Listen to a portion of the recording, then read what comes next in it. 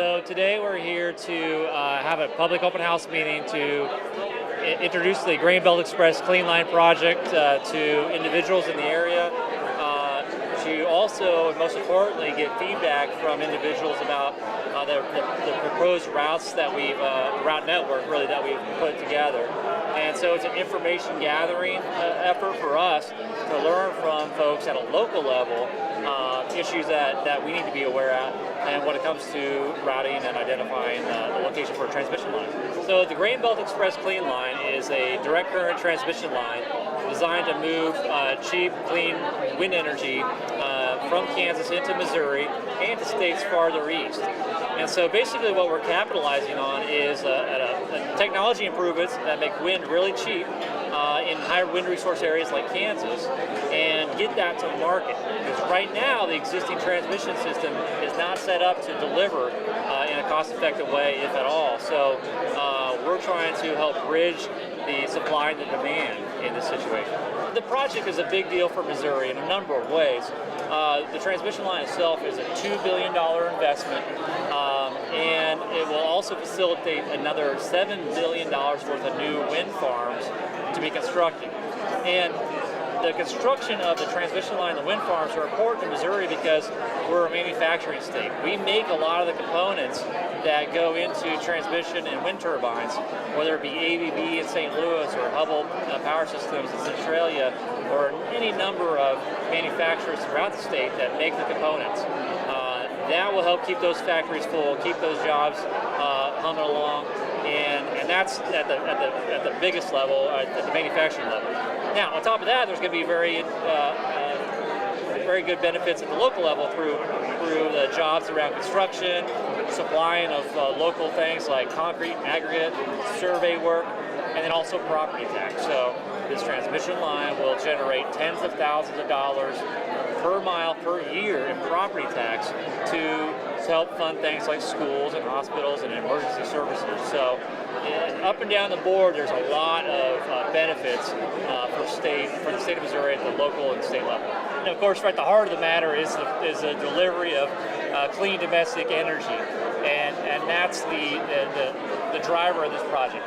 So Missouri has somewhat of a wind resource in certain parts of the state, but they don't have the extra high wind resource that we see in the high plains.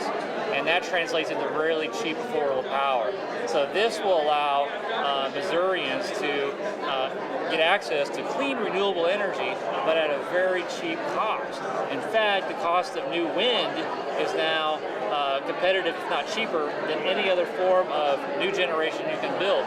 And so for most utilities, they see a great value in adding wind in addition to their coal and nuclear and other sources. It really helps them in hedging and balancing out their portfolio. So the purpose of the meeting is for folks to get familiar with the process, and really that's where we are. We are really in the middle of the process of identifying a potential route. So right now it's a network of conceptual routes really, and then we're collecting information at the landowner level about each of those. And so we have maps where people can get into them and take a look at their individual parcel, how it's juxtaposed to one of the potential routes, provide us feedback about the operations and what's going on there, and give us feedback. So that's really what we're here to do, is learn from landowners. This is not a done deal. We're at the very, really kind of the early stages of route identification. From this information that we'll receive across all these public open house meetings across the state, it will help us in formulating the proposed route that we would take to the state for approval, which will probably not be till early next year. Construction on the project can start as early as 2016 if all the approvals kind of fall into place at a normal pace. And the construction will last a couple of years. So maybe by 2018 on the early side for the thing to be operational and running. A lot of variables involved in a project this size. So the construction start date could be, maybe a little bit later than that. But right now, as early as 2016. The great thing about this project and the benefits it will bring to Missouri is that we've heard a tremendous amount of support about those benefits and the interest at the local level for the project. It is our job, though, to be very precise and listen on the route. So we want to identify a route that reduces impact checks on existing operations and does things like maximize distance from residences and the like. So at the end of the day, we want a line that has the least amount of impact. So we do things like identify existing transmission lines or gas lines to parallel, or maybe property boundaries, so we can place the structures out of the middle of the field. These are the things that we are identifying as opportunities. And so far, these have been really productive in getting to those ideas.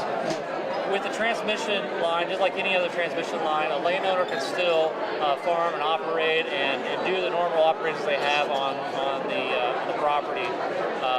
They will also be compensated for the easement that we would enter into with them. The easement would cover the acreage or the square footage, paid 100% of the value of that. Landowner still keeps the ownership and the fee in the land. It's just an easement agreement. And on top of that payment, there will also be a payment for the structure. So that's something that we're going to be in addition to